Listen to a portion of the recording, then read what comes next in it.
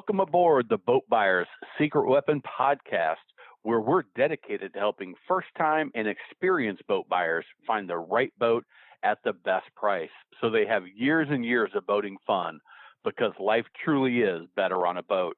Today's podcast is sponsored by the Boat Buyers Secret Weapon YouTube channel. Don't pay too much for your next boat. Just visit boatbuyerssecretweapon.com/save to watch a short video.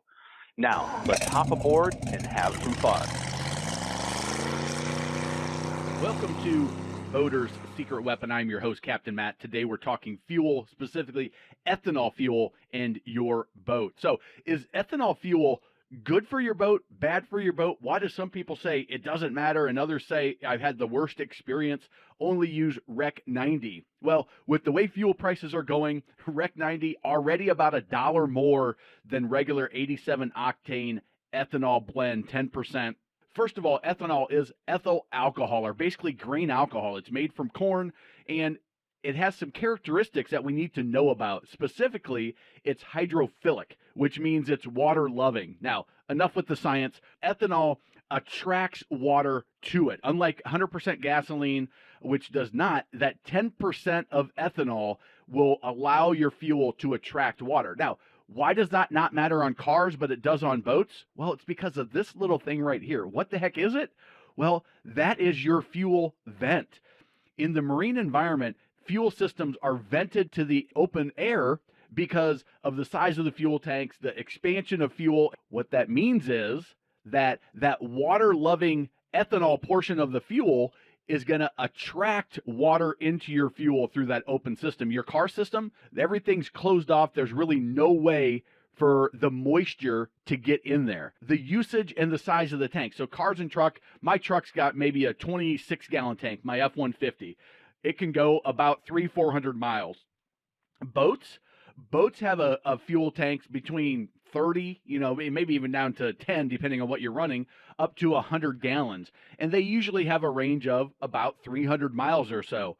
Think about how much more you run your vehicle than you run your boat. How long is a tank of fuel going to last? If you put it in and you fill up your tank to 90%, don't ever fill your tank to 100% because it's going to expand and it can spill into the water. But if you fill your tank up to that 90% level, how long before you run through that tank of fuel? Well, that whole time, the tank is expanding and contracting with the air. It's sloshing around when you're running it. It's open to the atmosphere, and it's going to attract moisture in. What happens when it attracts moisture in? Well, that water gets in there. Hopefully, you have a fuel water separator, which is going to separate that water, but you can see how the water kind of settles in at the bottom and your fuel is up top.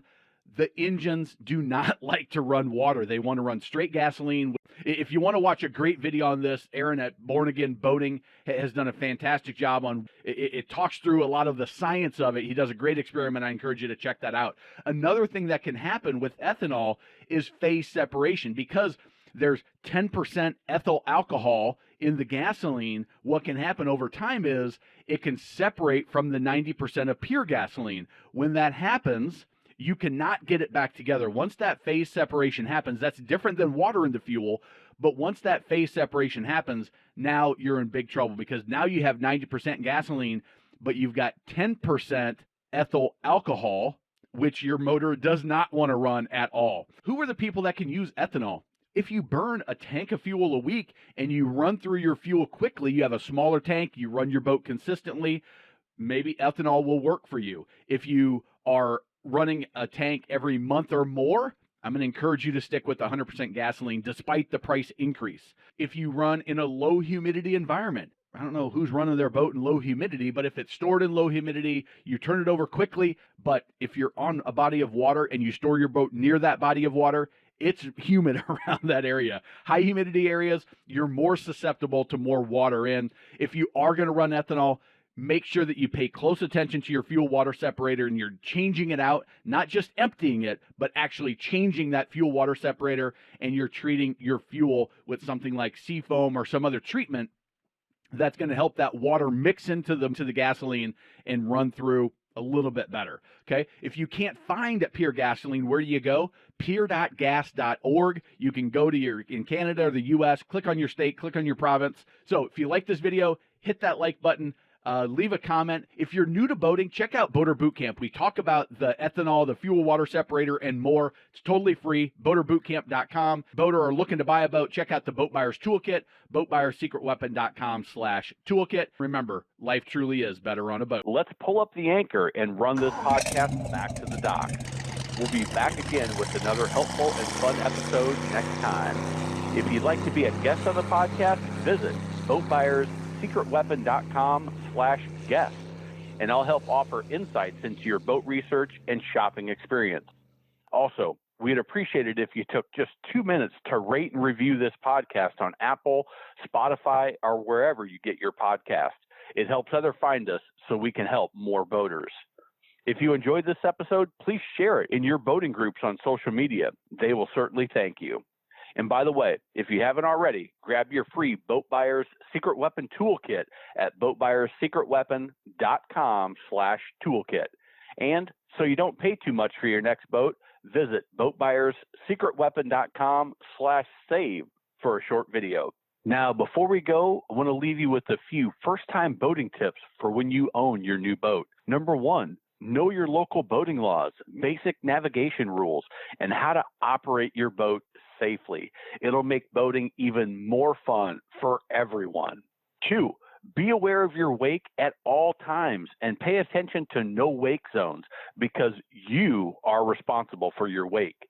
When maneuvering at slow speeds, you can put out an enormous wake. If going slow, be courteous, save some fuel, and drop down to idle speed, just in forward gear to ensure there is no wake. This could save you an expensive ticket and will keep you from being that guy on your waterway.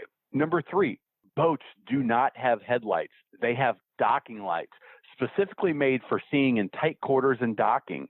Do not turn your docking lights on while cruising down the water. It can blind other boaters and is very dangerous and, again, could save you an expensive ticket. Number four, follow the maintenance schedule for your boat.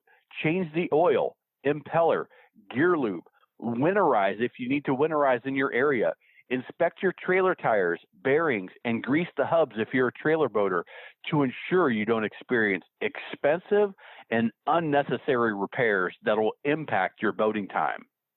Number five, always double check your plug is in, your battery is charged, and the fuel is full before heading out for a day on the water.